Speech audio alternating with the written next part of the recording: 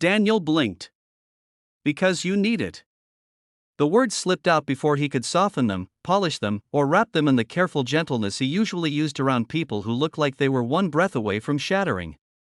But maybe blunt honesty was exactly what Maya needed in that moment, something that didn't tiptoe around her pain or pretend it wasn't heavy. She stared at him as if the sentence had landed in a part of her she hadn't opened in years. Not her ears. Not her mind.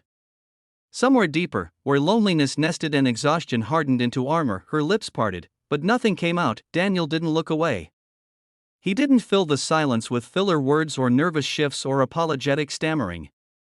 He simply stood there, steady in the dim break room, the hum of old fluorescent lights casting a soft glow over the moment neither of them expected when the morning began. You need someone, he said, quieter this time. Not something.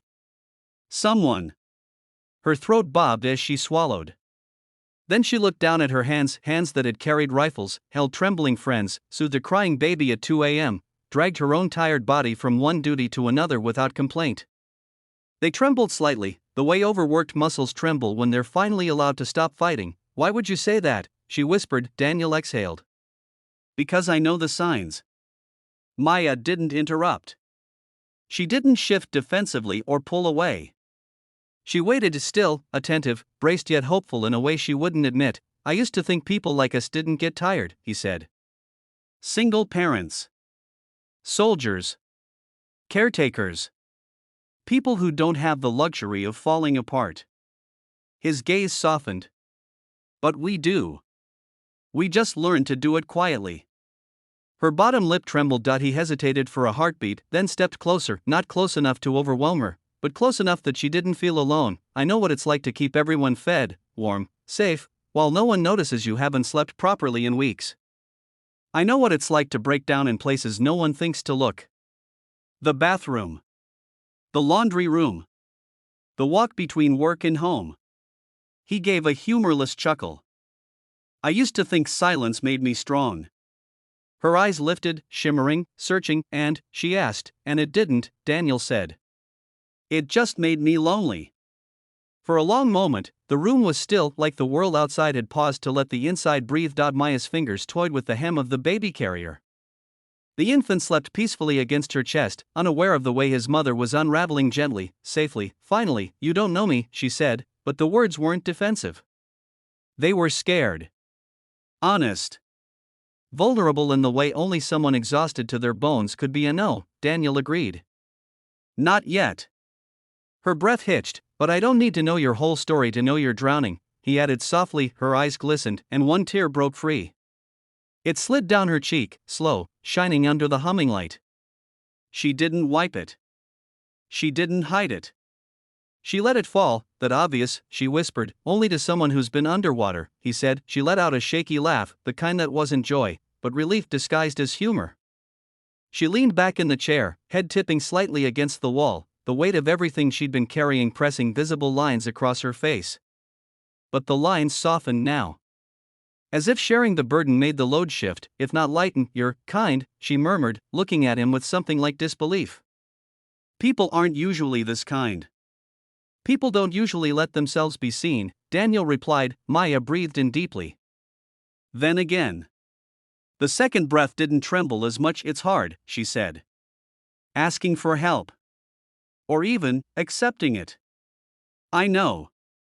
I'm not used to anyone noticing. I noticed, Daniel said simply. She closed her eyes, not to shut him out, but because her body finally found a moment safe enough to rest. The silence between them shifted, no longer heavy, no longer sharp. It became something gentle. Something warm. Something that felt like the first quiet moment after weeks of storms. Can I tell you something? She asked without opening her eyes. Of course. She inhaled shakily. I'm trying so hard to keep everything together. My work. The baby. My sanity. And every day I wake up thinking maybe today I'll be stronger, maybe today won't hurt as much. She paused. And then I look in the mirror and I don't recognize myself. Daniel's chest tightened, not out of pity, but recognition. You're not weak, Maya.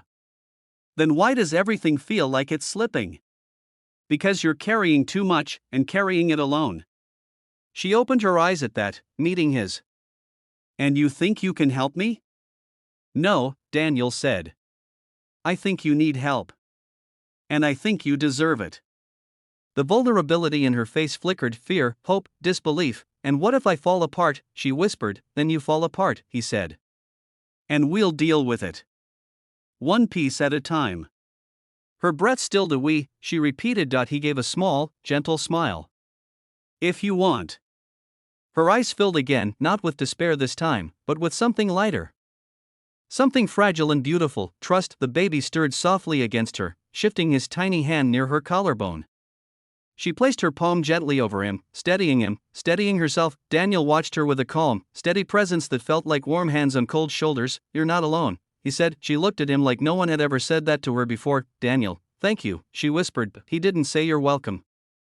He didn't have to. The moment itself was enough. Two people carrying different lives but the same invisible weight, realizing maybe, just maybe, they didn't have to carry it alone anymore. In that dim break room, with old lights humming and a baby sleeping softly, something small but seismic shifted between them. Trust lay gently on the table like a fragile offering, and Daniel knew, deep down, that this moment would change everything. It already had.